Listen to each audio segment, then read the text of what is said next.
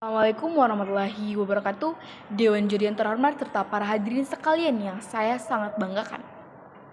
Perkenalkan, nama saya Firwati Mustafa selaku pembicara pertama dari tim oposisi akan membawakan mosi, yaitu Dewan ini menyesalkan tren budaya kerja startup.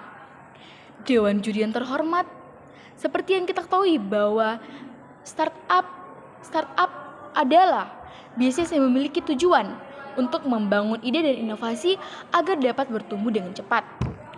Gojek bisa dibilang menjadi startup pertama di Indonesia yang mendapat gelar unicorn.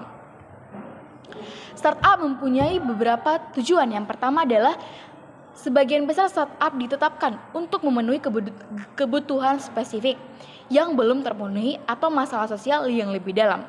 Ini berarti ada tujuan jelas yang ingin dicapai oleh tim secara aktif. Banyak karyawan yang didorong oleh nilai-nilai, dan jika Anda memegang nilai yang sama, itu bisa menjadi motivasi dan lingkungan hebat untuk bekerja. Yang kedua adalah kamu dapat merasakan dampak individumu. Karena startup biasanya terdiri dari tim kecil, setiap upaya yang kamu lakukan dalam pekerjaan dapat dilihat dan dirasakan oleh semua orang di sekitarmu. Ini bisa menjadi inovasi bagi sebagian orang, karena Anda dapat melihat dengan matamu sendiri bagaimana upayamu sehari-hari berdampak pada perusahaan. Perasaan seperti loyalitas dan kebersamaan sangat terasa di tim seperti ini. Yang ketiga adalah kamu dapat mencoba banyak jenis dan peran dan membangun pengalaman. Biasanya perusahaan startup menyediakan lebih banyak mobilitas, keterampilan apapun yang Anda miliki sebagai aset, dan dapat mencoba berbagai posisi dan peran dalam perusahaan sehingga menghasilkan lebih banyak pengalaman. Selain itu, seiring pertumbuhan startup, posisi yang Anda pegang ikut naik pangkatnya. Hasilnya Anda akan memegang posisi jauh lebih tinggi dalam jangka waktu yang lebih pendek daripada rekan-rekan Anda di perusahaan tradisional. Yang keempat adalah budayakan kerja yang mudah dan menyenangkan. Karyawan dan pemimpin startup kebanyakan termasuk cukup muda.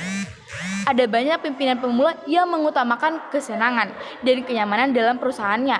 Ini menghasilkan aturan berpakaian kasual, adanya area permainan, jam kerja yang fleksibel, dan peningkatan kreativitas dan kolaborasi secara keseluruhan. Bisa dibilang menyegarkan bagi orang-orang yang tidak cocok dengan dunia bisnis formal.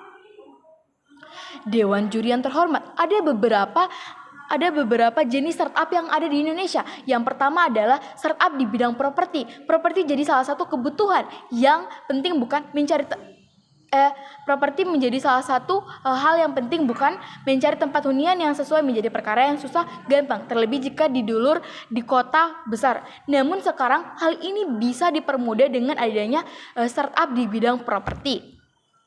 Biasanya startup di jenis ini menawarkan segala jumlah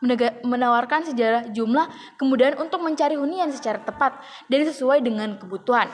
Beberapa contoh startup di bidang properti, yang pertama adalah rumah.com, lamudi.co.id, dan sebagainya. Yang kedua adalah startup di bidang perdagangan. Dewan juri yang terhormat, e-commerce atau usaha perdagangan online merupakan salah satu macam bisnis startup yang paling ramai dicari. Selain tidak banyak membuang energi untuk berbelanja, konsumen juga bisa mendapatkan harga yang lebih murah dan harga yang lebih terjangkau. Kebutuhan konsumen jadi dipenuhi secara mudah, hemat, dan praktis. Terdengar seperti bisnis yang menjanjikan orang. Contohnya seperti Shopee. Terus ada Travelio, sama ada Tokopedia. Adalah beberapa startup perdagangan yang cukup sukses hingga saat ini. Yang ketiga adalah startup di bidang game. Dewan juri yang terhormat, bermain game pada smartphone sudah menjadi kebiasaan untuk menghabiskan waktu luang. Bahkan ada yang menjadikan bermain game sebagai bagian dari hobi maupun pekerjaan. Hal ini bisa menjadi sebuah peluang.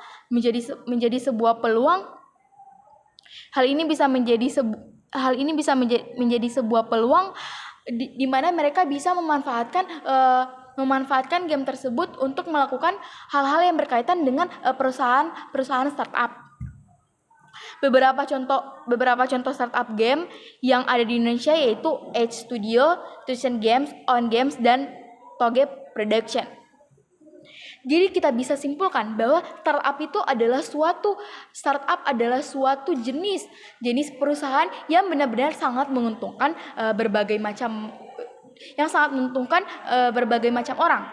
Dengan adanya pekerjaan startup bisa memudahkan orang atau bisa memudahkan anak muda untuk mencari pekerjaan yang mungkin ada di bidang tertentu. Jadi perusahaan startup ini sangat-sangat tidak merugikan banyak orang ketika mereka masuk dalam dunia pekerjaan startup. Karena itu